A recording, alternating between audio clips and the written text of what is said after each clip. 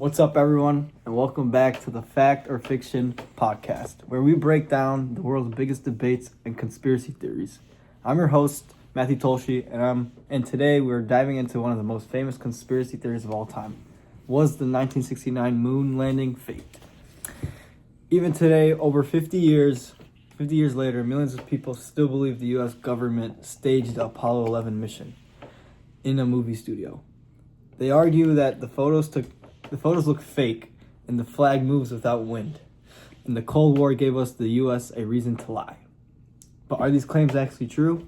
To help us break this down, I'm joined with an expert here, Drew Miller. Welcome to the show. Thanks for having me. Excited to clear some things up. Segment 1, why people think it was fake. Before we start debunking, let's talk about why people believe this conspiracy theory in the first place. A lot of it goes back to the Cold War. The U.S. and the Soviet Union were locked in a serious competition to prove who was more advanced. So people thought the U.S. faked the moon landing just to beat the Soviets.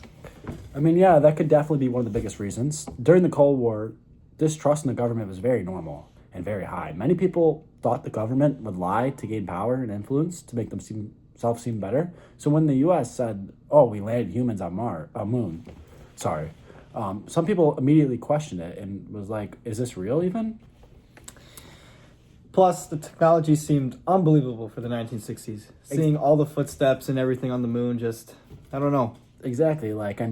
People back then they didn't have what we have today. And it was kind of far-fetched to say, "Oh, we sent people to a moon." And it just looked fake because people have never seen that type of technology before.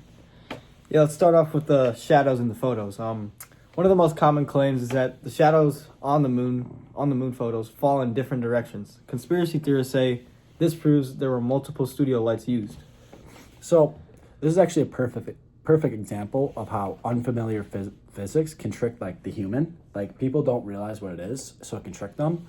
On Earth, light scatters through the atmosphere, so it softens shadows. Okay. But when we're on the moon, there's no atmosphere, so the sunlight just comes really direct and harsh. It's like a difference between the atmospheres, so it just changes how it looks.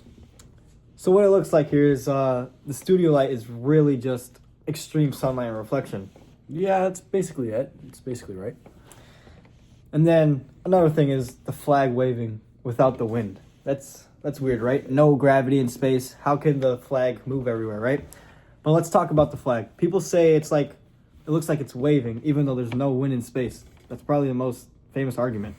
Yeah, and I mean, that sounds convincing at first, but if you really look into it and you go into NASA's archive, which I found this off the NASA website, you could figure out the flag was built and they designed it with special rods inside, because if it was just a regular flag, it wouldn't wave at all. It would look weird. So they built it with special rods to make it stick out so people can actually see the flag.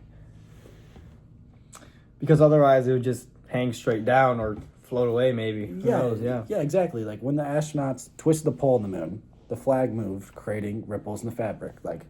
It was all connected, so it would make it move and make it seem real. So there's no wind movement at all? Yeah, there's none. The motion only happens when the astronauts are handling the flag and putting it in. Oh. Well, Drew Miller, another argument is that why are there no stars?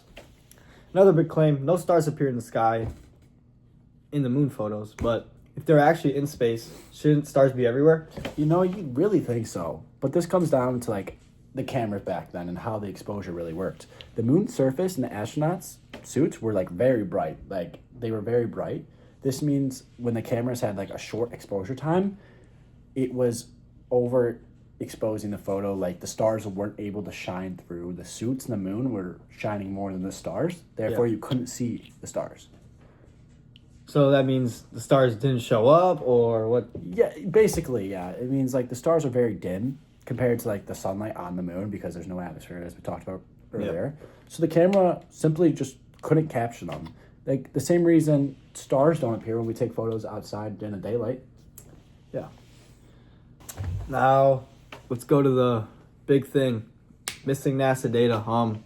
Some people say NASA lost the original moon landing tapes, but who knows? It does seem really suspicious.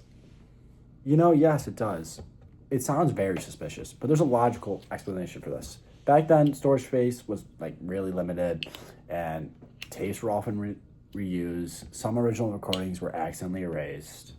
But we still have the evidence, though, right? Of course. I mean, if you go on the NASA website, again, I found a big page showing all the articles, all the transcripts, everything, tons of it. There's thousands of photos, hours of videos, rock samples from the moon, satellite images of like the thing happening, and like the transcripts from the mission. So yes, there is still a lot of evidence.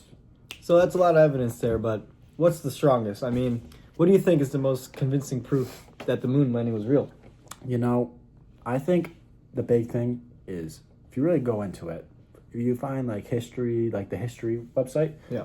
you find out that over 400,000 people worked in that program to make this happen. Engineers, scientists, technicians, contractors, astronauts, and more. I mean, you're talking about making 400,000 people not say a single word about it. I mean, I just don't know how they would be able to keep a secret for 50 years. I mean, that's basically impossible. Someone's going to slip. That is a massive number. A lot of employees not say anything. Am I right? Yeah, exactly. Someone would have spoke out with proof by now. Like, it would have came out. And we're getting down to the end of the show here, the podcast. I mean, after breaking down everything, it's pretty clear that the evidence supporting the moon landing is overwhelming, and most conspiracies arguments fall apart once you understand physics, photography, history, and psychology. Exactly. Humans really did walk on the moon, and it remains one of the greatest achievements ever in history, especially by the U.S. That's all, folks, on Fact or Fiction. Thanks for listening, and we'll see you next time.